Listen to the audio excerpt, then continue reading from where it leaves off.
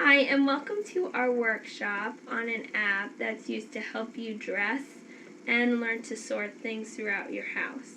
I've asked my friend Ryan, who is also a teacher, to come and kind of do this workshop with me. So, Ryan, why don't you tell us a little bit about yourself and your background? Sure, my name is Ryan. I am also a physical education teacher. I'm currently studying to be a health education teacher as well. I sub in a couple districts, and I've seen every grade level, special needs kids, honors kids, regents level kids, and everything in between. So, from your experience, what is the way you teach the children that you work with? So, when you're in a classroom, what type of plans do teachers usually leave you? They usually leave me the pen and paper type of plans. Usually, this is a ditto I want the students to work on. You can assist them a little bit, show them what to do, and then let them do it on their own or with a partner, and then we would collectively go over it. Some teachers, they know their class, they're able to judge their class. If they think that their kids would need a little bit of help, then we would do it together. But it's mostly pen and paper variety. So, your teaching ranges from small group to whole group, where you work more or less with one or two students to a whole class. Yes, similar. Yes. In your experience, what is the outcome of students who use the traditional pen and paper approach? I think the pen and paper approach is good. It also limits them because pen and paper, you're only able to write down what you know. Other ways of learning maybe would help students get answers from a different source. So what you're saying is they may not get the immediate feedback that some of them need unless they come and ask you, and in some cases your hands are tied and the teacher doesn't want you giving them so much feedback. Correct. It's all stuff that they can't instantly find out how they did unless a teacher grades their work. Which, in some scenarios, you're not grading the work. They have to wait for their teacher to come back. Yes, they have to wait until whenever their teacher comes back to class to grade their work. Could be days before they find out their results. Okay, so now, were these experiences that you're talking about in a general education classroom? Yes, these are all general education classrooms. How have you noticed that special needs students in inclusion classes or self-contained classes fare with pen and paper? And I'm talking students maybe on autism spectrum, those with ADD, ADHD. How did they fare with them? A lot of the students, specifically with autism, have had a hard time with the pen and paper. For example, if we had a sheet in which they were to color something, it would be all over the place, wouldn't be in the lines. They looked like they had no direction as to what to do. And then in another instance, if it's maybe English or math, something they had to write on the paper, it would be sloppy, it would not be in the lines, or it would not be correct. And they don't know that they're doing it wrong because there's no instant feedback. How about your students that are the jitterbugs? They can't sit still. They're there tapping the pencil, rummaging through their papers. How do they fare when you give them a worksheet? Are they engaged on it the whole time, or are they more or less getting out of their seats, stalling, asking to go to the bathroom? A lot of the students that are jittery and maybe the ADD, ADHD type of student, when given pen and paper, typically don't do the work. They'll either draw on the ditto or just be too busy out of their seat, goofing around, or just having a hard time focusing and getting the work done, as opposed to the students that don't suffer from attention, related issues.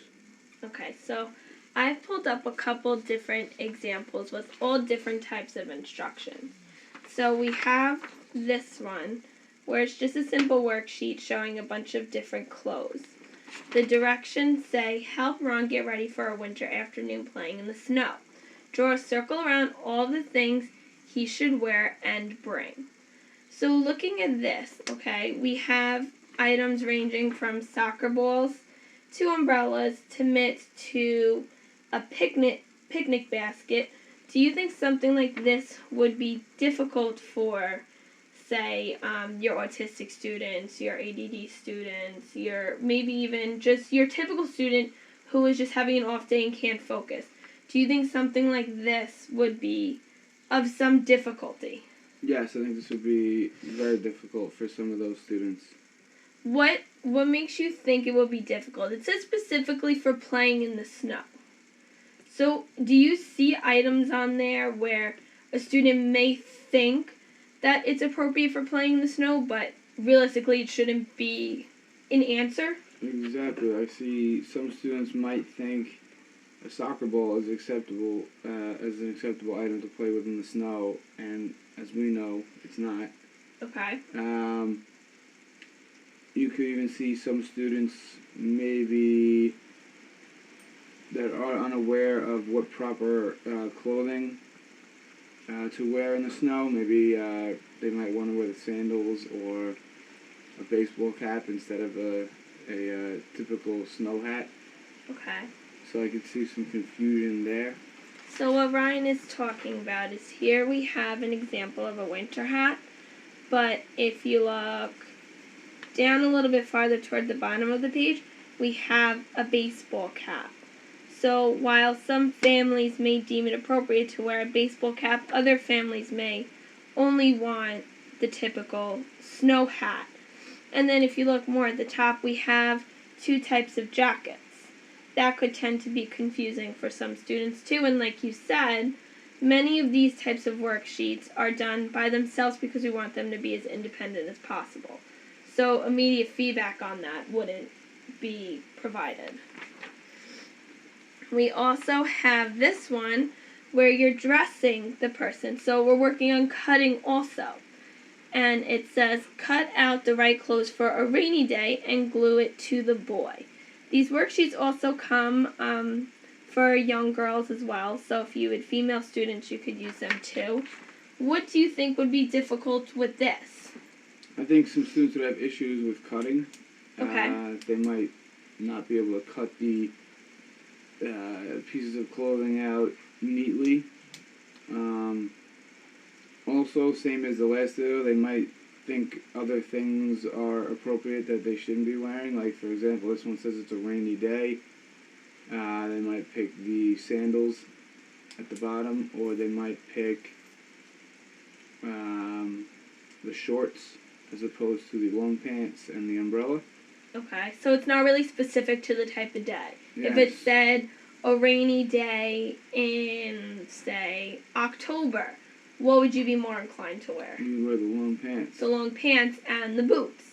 Whereas if you're talking about a rainy day in June, now we're more or less going to wear the shorts and possibly the sandals, being that in June we get the random rain showers like we are right now. We also have a worksheet for a sunny day. So this one is another where you would dress the boy for a sunny day. But now, again, what are some potential issues with this? This could be also confusing because, just like we said with the last worksheet, some kids might not know what is appropriate for a sunny day. They might think, alright, yeah, the sunglasses are a good idea, but then they might throw on the sweater as opposed to the t-shirt. Okay, and the sweater you're talking about kind of looks like the jacket worn by Santa Claus. So if we were to do this worksheet in, say, December, right before Christmas, and it's sunny out, what do you think most kids would circle? They would probably pick the sweater. I would probably pick the Santa suit as well. Okay, so these were potential dressing issue worksheets. We also have some for sorting. So now we have Chris the koala is cleaning the house.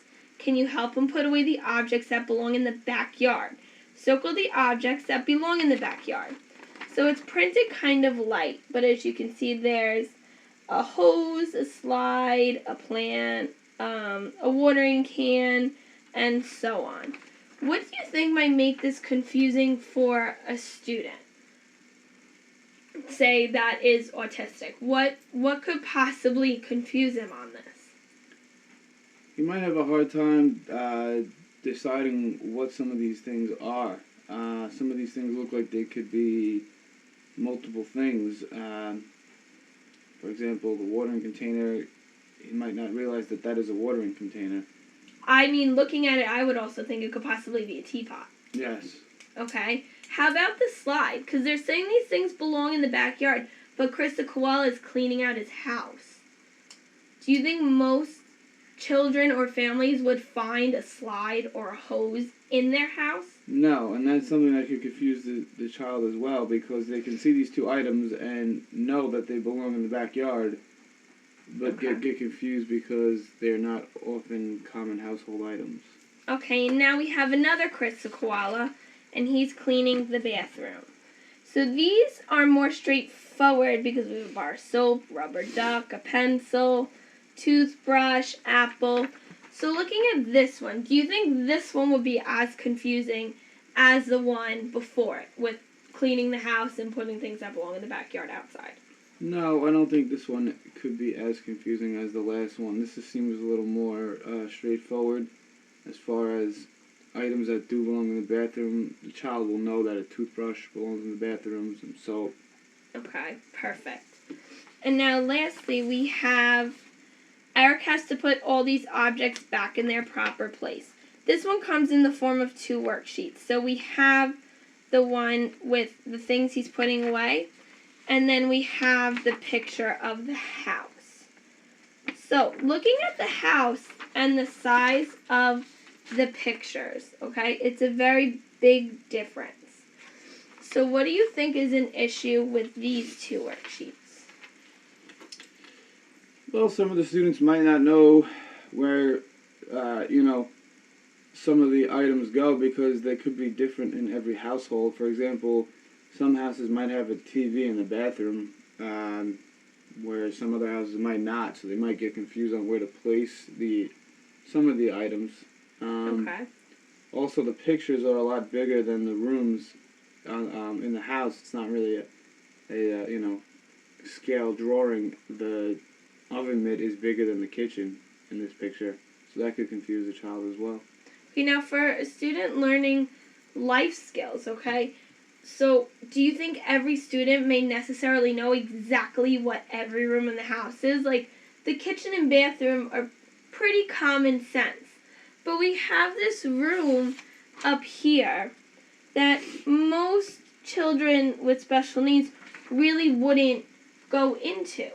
And now some people may store their vacuum cleaner or dustpan in a more accessible upstairs attic, whereas some may not. So for the families that say, we store our vacuum cleaner in the closet, are there any closets on the house picture? It does not show any. No. What about any TVs? I mean, we look at the living room picture. Do you see a TV there? No, you do not. No, so I would assume most students wouldn't realize that in this picture here is where exactly the remote control would go. So we've posed some potential issues amongst the typical pen and paper approach. So with all that being said, I here have an iPad mini, okay? These are commonly used in multiple houses, possibly schools, to help students communicate, work on math skills, work on these types of skills. So with that being said, we have an app called Alex Learns to Sort, okay?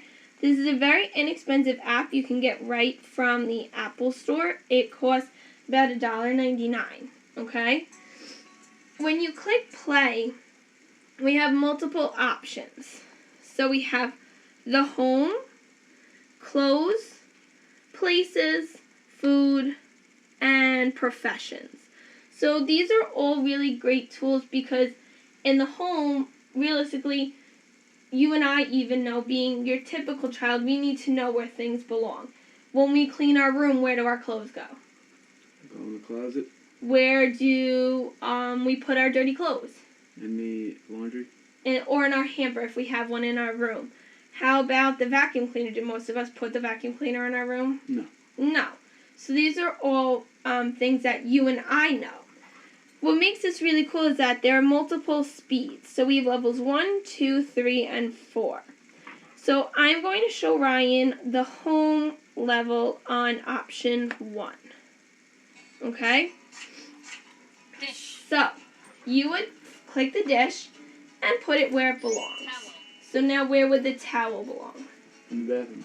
So try that. Come. Garbage. Books. Toys.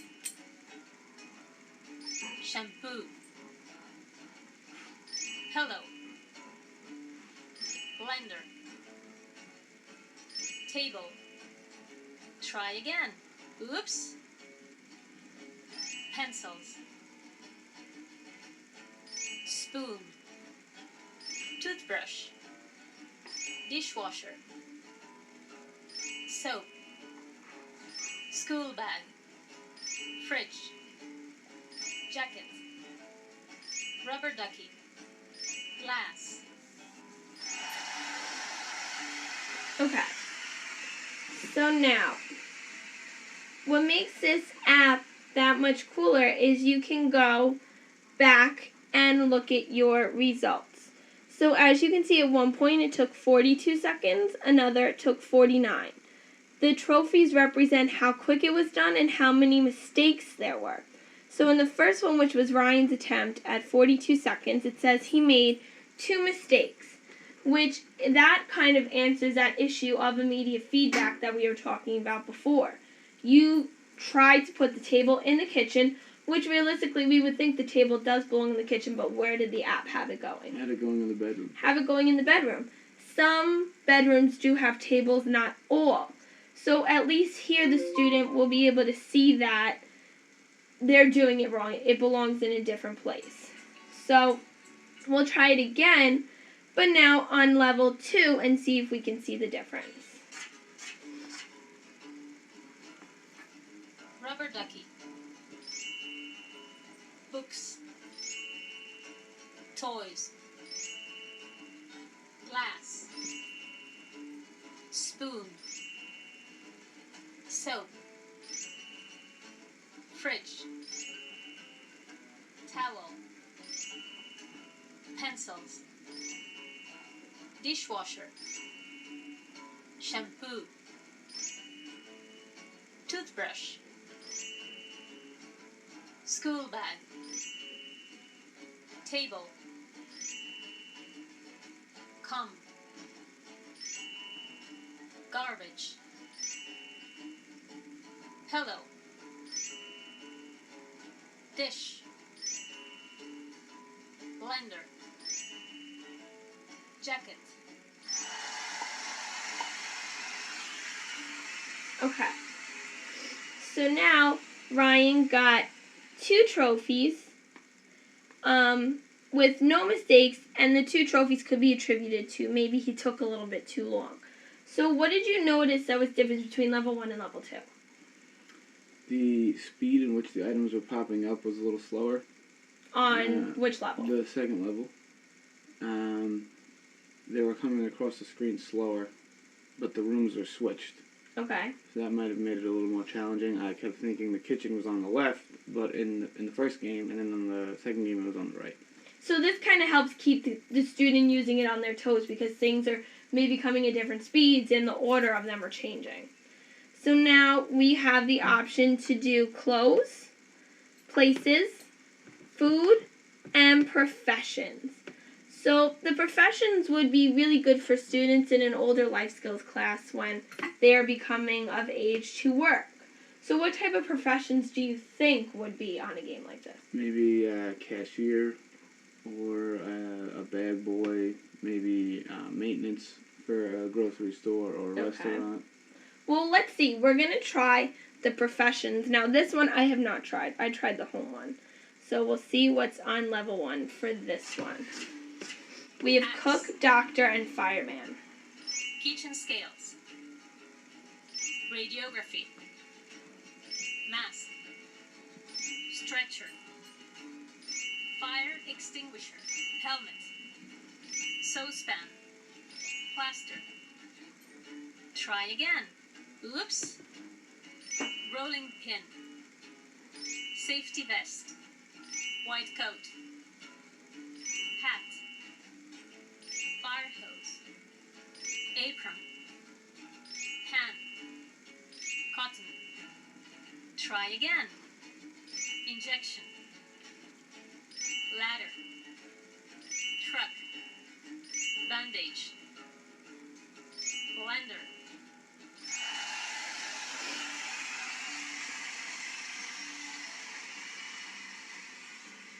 Okay, so Ryan made 3 mistakes on that one, so unfortunately, on that one we got no trophies. But what's really cool is you can see how you progress on the different levels. So that was Alex learns to sort. Now we have Alex learns to dress herself, which, what do you think the benefits are to that? Should students with disabilities know how to dress themselves? Yes. Yeah. Okay, so this provides a hands-on approach to dressing yourself. So now we have Alex again in the various seasons of the year. We have winter, summer, rain, night, and sport. So we have different options. So we will try winter. And what's cool about this is you can't access the other levels until you complete this one. So for this, we have Alex, who starts out just like any child would when they're getting dressed in the morning. Then we have the options to move. So you click the arrows and the options change. You can go backwards and you can go forwards. So right now we are dressing Alex for winter. So let's see, can you dress Alex for the winter? Alex said no on that one.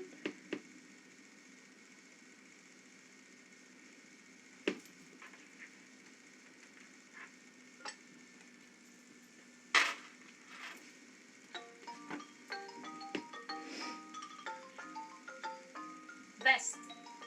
Introduce your head. One arm. The other arm. Pull down. Well done. Try again.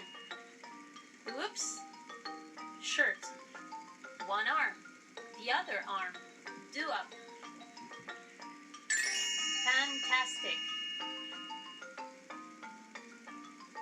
Try again. Oops.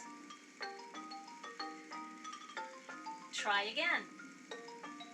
Trousers. One leg, the other leg. Pull up, do up. Excellent. Oops. Shoes. One foot, tie. The other foot, tie. You are doing very well. Try again.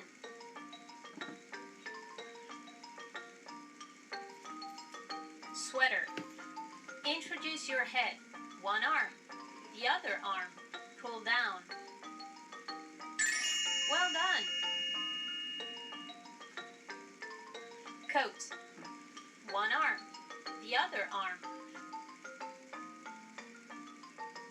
Do up.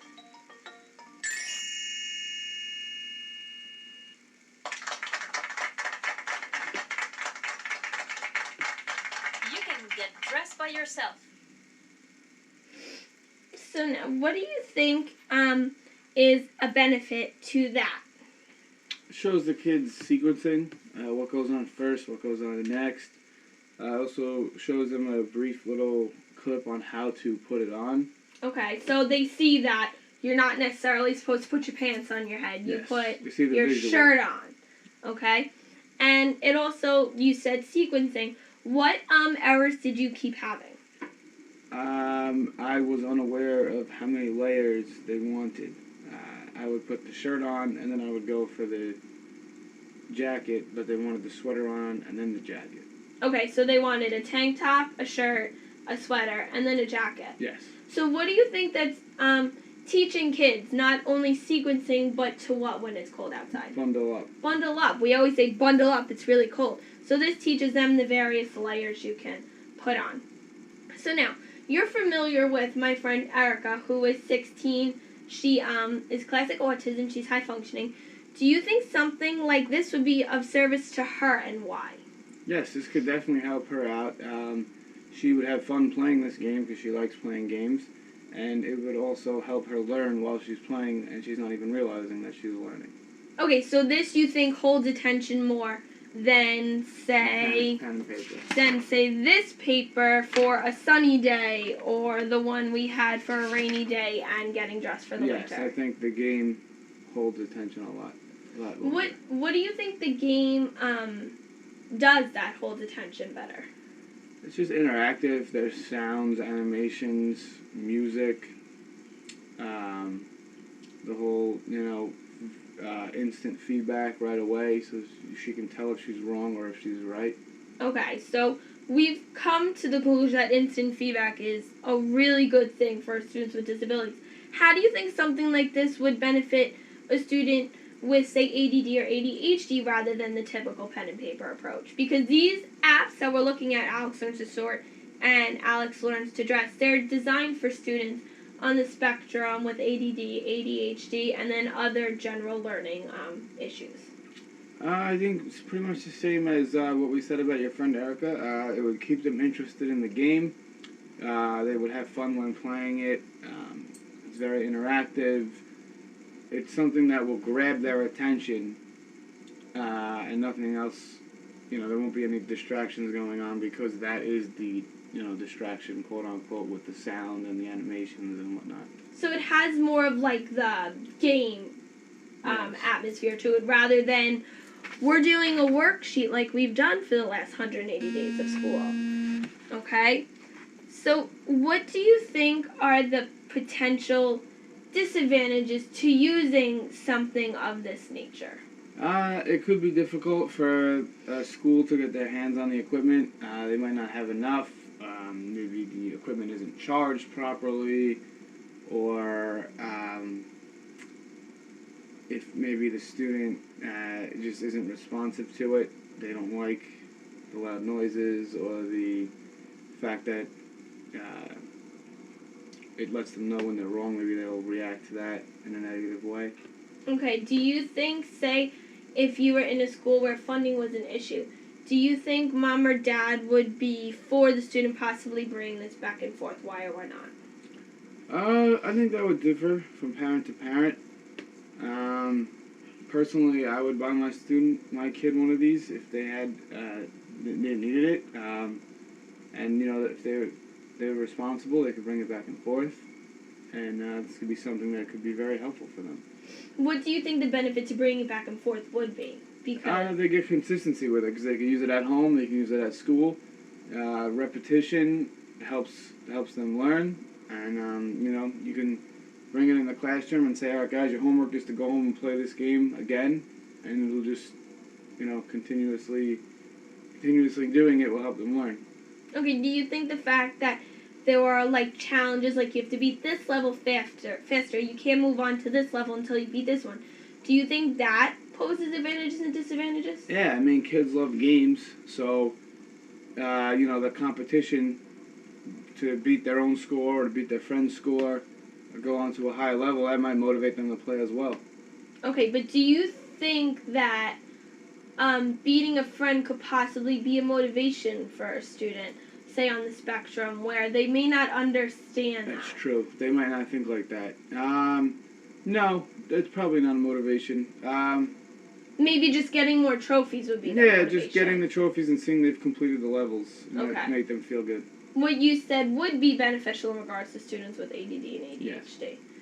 So, we touched on a few apps today, the potential advantages and disadvantages, why the typical pen and paper approach may not work, how this type of device or app would benefit our own close and personal friend. And do you have any questions for any thing that we went over. How much was the app? $1.99. $1.99 Yes. for both, or is it For one app? one, so it was $4 for both. $4 for both. Okay, that's not So so it good. could be a potentially life-changing app for a really relatively low cost. Very cheap cost. And these help enhance daily living skills, which are really important in a student on the Yes, spectrum, definitely. in the case of Erica. So that just about wraps up our workshop. So thank you for coming, Ryan.